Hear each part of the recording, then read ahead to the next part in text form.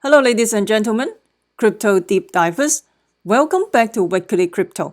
Today, I'm going to talk about Ethereum DeFi or decentralized finance. Also, I will touch on gold and silver as well.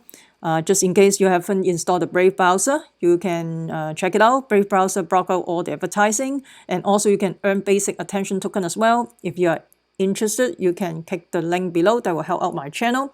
So before we get into that, make sure you subscribe to my channel so you don't miss out the upcoming airdrop or token swap.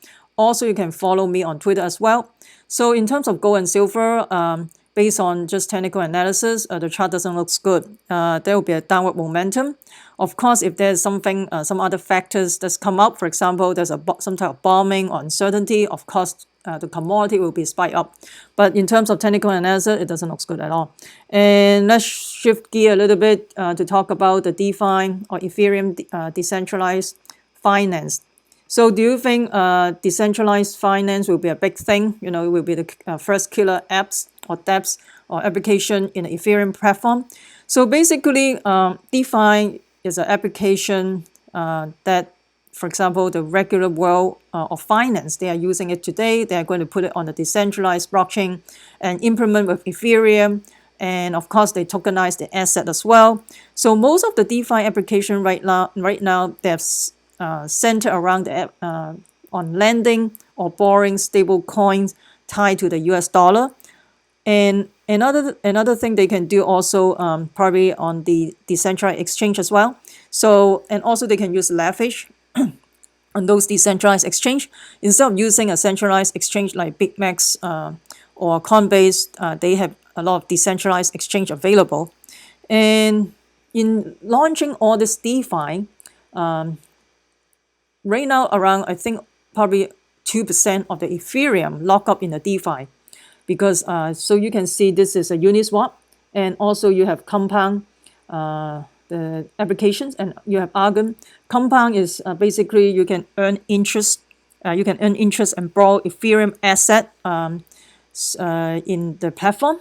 And of course, you have MakerDAO. MakerDAO, you can trade and borrow DAI token. So you can also earn interest as well. You have Synthetic. Synthetic basically tokenize the real world asset, for example, gold, Tesla, or US dollar. And this is tokenized on the Synthetic platform as well. And of course, you have IDEX, which is a decentralized exchange. I used this IDEX exchange before. It's a pretty decent decentralized exchange as well. So far, I have no issues. And and also, of course, Coinbase. Coinbase, they spend about $2 million on the USDC token protocol. Those are basically help to provide liquidity into the protocol, and they make it easier for the borrowers. For example, for decentralized lending protocol, and also for the tickers for decentralized exchange as well. So this is not just like gambling or all that like CryptoKitties no more. They have a more sophisticated application at this time right now. It seems like they will do a lot more. And if you go to the ecosystem right now, you can see the exchange and liquidity. You can see you have an AirSwap, Carbon Network, and you have Ether Finance, and then you have Loopring, you have RAN, Radar, and then you have Hydro, Bancor. So those are exchange and liquidity. In terms of the infrastructure, you have 0x certificate, you have ETH-Lens, you have 0x, and 0x basically decentralized exchange protocol, KYC and identity, you have self-key, you have Boom, you have Civic. And in terms of the payments system, you have Request Network, Infinity X protocol, you have the DAI chain, you have a Raiden network. Excuse me. You have, for example, for the custodial services, the wallet is my Ether wallet, and you have MetaMask, you have my crypto wallet, you have a Trust wallet. Binance bought the Trust wallet, by the way. And in terms of investing, you have a whole bunch of other applications as well. I have never heard of this thing, 22x Woo. Let me know if you heard about this. And in terms of derivatives, they have Expo, you have Lenron, then you have Market Protocol. And in terms of marketplace, you have District 0x, you have Origin, you have OpenSea, And stablecoin, of course, you have DAI token, USDC, and you have Gemini, Pixel Standard, True USD, Carbon, predictions market, you have Bodhi, you have Argon, and insurance, you have Ether Risk, and then you have Nexus Mutual. Oh, Nexus Mutual, interesting.